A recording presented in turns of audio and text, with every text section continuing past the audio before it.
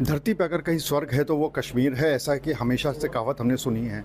लेकिन सबसे बड़ी बात यह है कि कुछ आतंकवादी इसी कश्मीर को रक्त रंजित करने की कोशिश कर रहे हैं, और वैसा ही एक मामला देखने को मिला पहलगाँव में। और वहाँ पर आतंकवादियों ने अंधाधुंध गोलियां चलाई, उसमें कई लोगों की मौत हुई है, और उसमें से एक लाल था कानपुर का शुभम, उसकी मौत हो गई है। मात्र 2 महीना पहले उसकी शादी हुई थी और यहाँ पे हनीमून मनाने गया था अपने परिवार के साथ में, और उसके बाद वहाँ पर उसके सर से सटा के गोली मार दी गई।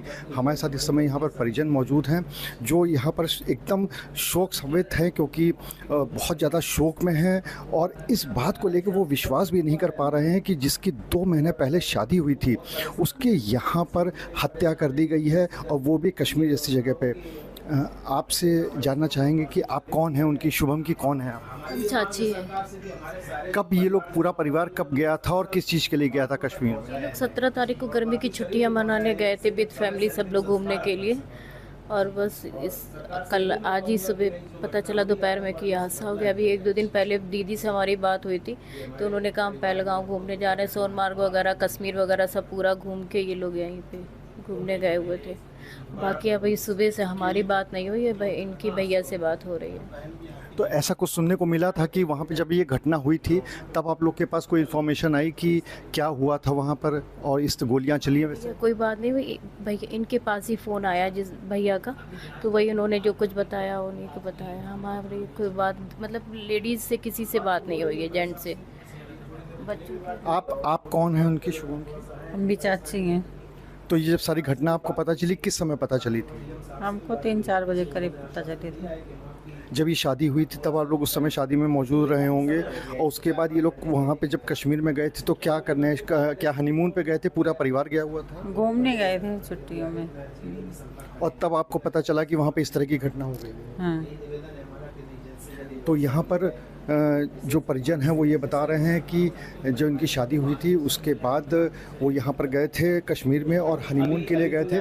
आपको हम एक बार घर में और दिखा देते हैं, क्योंकि अगर हम घर की बात करें तो ये पूरा घर है शुभम का, जहाँ पर वो रहता था, जहाँ पे वो पूरे परिवार के साथ रहता था। इस समय शो का कुल परिवार जो है वो यहाँ पर मौजूद है। बहुत सारे उनके यहाँ पर जानने वाले हैं वो यहाँ पर मौजूद है। आपको दिखाना चाहेंगे कि यहाँ पर सभी यहाँ जो परिजन हैं उनके, या जो उनके जानने वाले हैं, जो उनके यार दोस्त हैं, वो सब यहाँ पर आ गए हैं इस घटना को सुनकर, और काफ़ी ज़्यादा यहाँ पर परेशान हैं।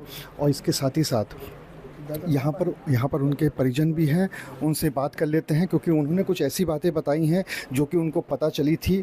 तो शुभम के परिजन यहाँ पर मौजूद हैं। आपको जब सबसे पहले पता चला तो क्या पता चला था उस समय? देखिए, करीबन 3 बजे जब फ़ोन आया तो ये बताया गया कि शुभम वहाँ पर कोई आतंकी हमला हुआ है और गोलीबारी हो रही है और शायद शुभम को गोली लग गई है। उस समय तक पुष्टि नहीं थी। उसके बाद जब मैंने उनकी वाइफ़ को फ़ोन किया तो मुझे उन्होंने बताया कि शुभम को गोली मार दी है। ये बोल कर के बस वो रोने लगी। उसके बाद वो बात करने की स्थिति में थी नहीं। उसके करीबन 1-1.5 घंटे तक वहाँ पर, क्योंकि भगदड़ थी तो कुछ भी सिचुएशन क्लियर नहीं हो रही थी। उसके बाद एक वीडियो वायरल होता है जिसमें हम देख पा रहे थे कि वो शुभम भैया हैं और उनका जो शरीर है वो ज़मीन पर पड़ा हुआ है और सर के तरफ काफ़ी चोट लगी हुई है और खून बह रखा है। ये वीडियो देख करके हमने उनकी पहचान करी। यही वीडियो देख करके वहाँ के लोगों, जो वहाँ उनका परिवार है, उसने भी पहचान करी। उसके बाद करीबन शाम तक हमको ये स्थिति क्लियर हो गई थी कि उनकी डेथ हो गई है। कुछ ऐसी बातें बताई जा रही थी कि गोली मारने से पहले आतंकवादियों ने कुछ कहा था, ऐसी कुछ आप लोग को जानकारी मिली थी, वो क्या थी? जी, उनकी वाइफ़ ने ये बताया कि गोली मारने से पहले उन्होंने शुभम भैया से ये कहा था कि अगर तुम कलमा पढ़ दो तो हम तुम्हें गोली नहीं मारेंगे।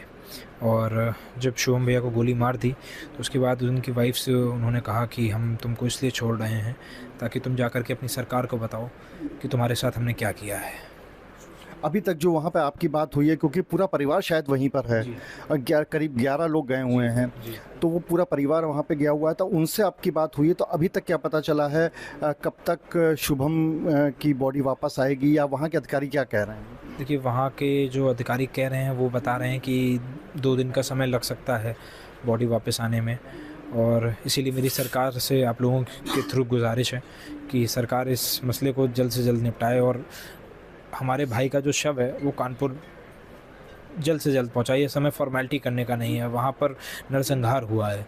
एक-एक लोगों का नाम, किसी का नाम पूछ करके किसी को देख करके कि वो हिंदू है तो इसलिए गोली चला दी, इस तरीके की चीज़ें वहाँ पर हुई हैं।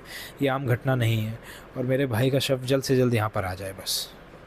तो यहाँ पे जो परिजन है उनका ये मानना है कि जल्दी से जल्दी जो शुभम की बॉडी है उसको वापस लाया जाए। और सबसे बड़ी बात यह है कि पीएम मोदी वो भी वापस आ रहे हैं जो विदेश दौरे पे थे। इसके साथ ही साथ जो गृह मंत्री हैं अमित शाह, उनको भी वापस भेज दिया गया है वहाँ कश्मीर में और वो वहाँ पे पहुँच गए हैं। और इस पूरे उम्मीद की जा रही है कि जल्द से जल्द सरकार इस पूरे मामले में एक्शन ले सकती है। लेकिन सबसे बड़ी बात यह है कि अभी तक कश्मीर के अंदर जो भी हमले हुए हैं वो सेना के ऊपर होते रहे हैं, लेकिन पहली बार ऐसा हुआ है पिछले 10-11 सालों में कि ये हमला टूरिस्ट के ऊपर हुआ है। और इसको लेकर काफ़ी आक्रोशित भी हैं परिजन और साथ ही साथ काफ़ी दुखी भी है। अब देखने वाली बात ये होगी कि इस पूरे मामले में आखिर सरकार क्या बड़ा एक्शन लेती है। अनुराग अग्रवाल, TV9 कानपुर।